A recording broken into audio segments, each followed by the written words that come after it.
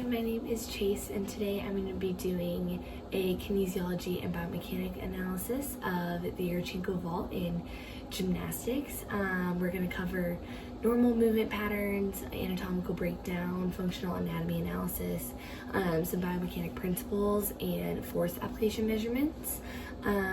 Is an approach to the vault performed by both men and women. There are two parts to the Yurchenko approach: a round off onto the springboard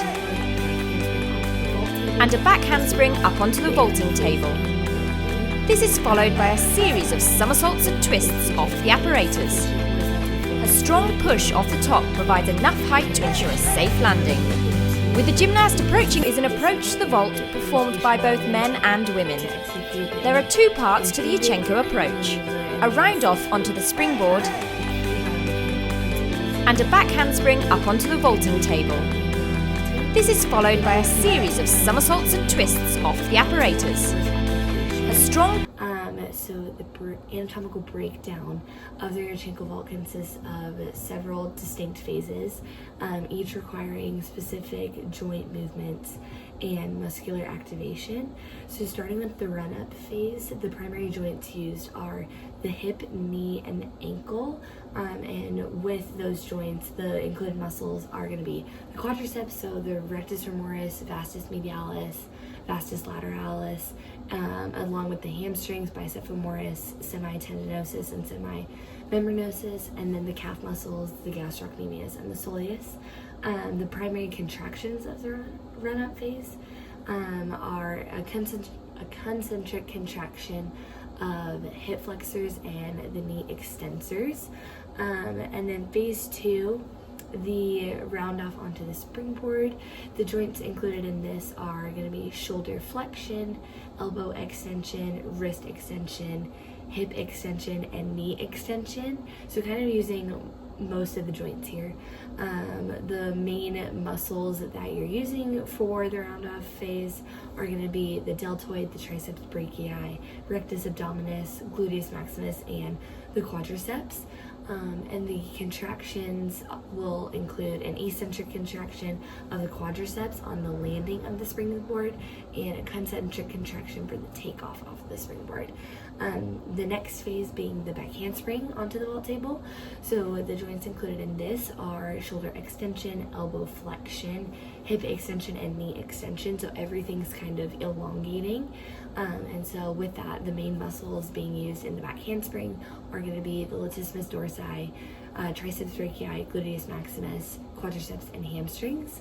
And the contractions happening here are isometric stabilization during the hand contact onto the table and a concentric push off from the table to lift up into the next phase, which is the aerial phase. So this phase includes the hip joint flexion and extension, along with flexion and extension of the knee joint, and then ankle plantar flexion and dorsiflexion, shoulder flexion and extension, and then the main muscles in this phase are going to be the core stabilizers, your hip flexors, gastrocnemius, and the quadriceps. So the aerial phase, it kind of depends on if you're just rotating or if you're also adding a twist into it.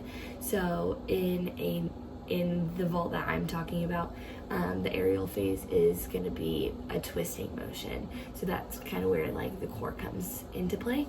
And then the contractions included in the aerial phase are the stretched shortening cycle engagement for maximal height and rotation, because you're wanting to get off of the vault and be as high in the air as you can. Now talking about the functional anatomy analysis, the Yurchenko vault heavily relies on key functional anatomy principles to maximize performance. The length-tension relationship plays a crucial role as an optimal pre-stretch in the muscles such as the quadriceps and the gastrocnemius, and it enhances their ability to generate force during takeoff. Along with the force-length relationship also influences power output, as proper joint angles as takeoff maximize muscle force production. The the stretch shortening cycle is prominently used during the springboard and vault table contact, where a rapid eccentric contraction is followed by an explosive concentric contraction to maximize the power generated. Additionally, the force velocity curve demonstrates the trade-off between speed and force application, as faster movements during the vault may result in reduced force output if not optimally trained. And the required range of motion for the skill includes full shoulder flexion, so 180 degrees, along with a good amount of hip flexion at 120 degrees and knee flexion of 140 degrees, all of which contribute to efficient execution of the Yurchenko. The primary muscles involved in this movement must exhibit elasticity, extensibility, and contractility to generate the necessary explosive power while maintaining control and flexibility.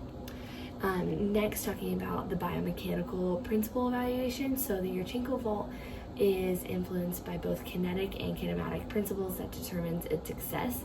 From a kinetics perspective, torque is a key factor. Torque is calculated using the equation torque equals force times moment arm. During takeoff, if the athlete applies 2,500 newtons of force through the quadriceps with a moment arm of 0.4 at the knee, the resulting torque will be 1,000 newtons. The force vectors in this movement demonstrate how horizontal velocity from the run-up transitions into vertical force at takeoff. Internally, muscle forces generated by the athlete counteract external forces such as gravity, ground reaction force, and air resistance. The free body diagram of the vault table contact phase highlights these forces and their directions. Newton's laws of motion further explain vault mechanics. So the first law relates to maintaining momentum in the aerial phase, and the second law explains acceleration during takeoff based on applied forces, and the third law describes the reaction force exerted by the vault table. From a kinematic standpoint, the Yurchenko vault primarily occurs in the sagittal plane during the run-up and takeoff, while the transverse plane becomes dominant during rotation in the aerial phase. The axis of rotation dynamically shifts from a horizontal axis during the round-off to a vertical axis in the aerial phase, influencing the angular momentum needed for execution. Joint actions include hip and knee extension during takeoff, followed by a complex rotational mechanics in the air. And then next, measurement of force application. So two key kinetic measurements are analyzed to understand force application in the Yurchenko vault, those being power output calculation and the ground reaction force. So for the power output calculation, power is calculated by force times velocity. So if the athlete is applying 2,500 newtons of force and achieves a takeoff velocity of 4.5 meters per second, the power output is 11,250 watts, demonstrating the high power demands of the movement. And then talking about ground reaction force is measured at the moment of contact with the vault table. So studies suggest peak ground reaction force values of 4 to 6 times the body weight, meaning the athlete weighing about 60 kilograms may experience a ground reaction force up to 3,600 newtons. And then next, the application discussion. So common inefficiencies and injury risks include poor takeoff mechanics, reducing height and rotation, insufficient shoulder block leading to over-rotation, excessive knee valgus, increasing the risk for ACL injury, and improper landing technique causing ankle sprains due to all all the weight and force coming down onto those ankles. And so some optimization strategies for that can be something like depth squats, and really just making sure you're getting into a deep squat. This can help improve explosive power and landing control, and then also a handstand shoulder shrug. So when you're in a handstand and you're moving your shoulders up and down to strengthen the blocking mechanics and the stability of the shoulders. And some motor learning considerations include progressive drill sequencing to refine technique, visual and kinesthetic feedback for movement correction, and variability in training environments to enhance adaptability. So in summary, the Yurchenko vault is a biomechanically complex skill requiring efficient force application, optimal joint mechanics, and strategic movement patterning.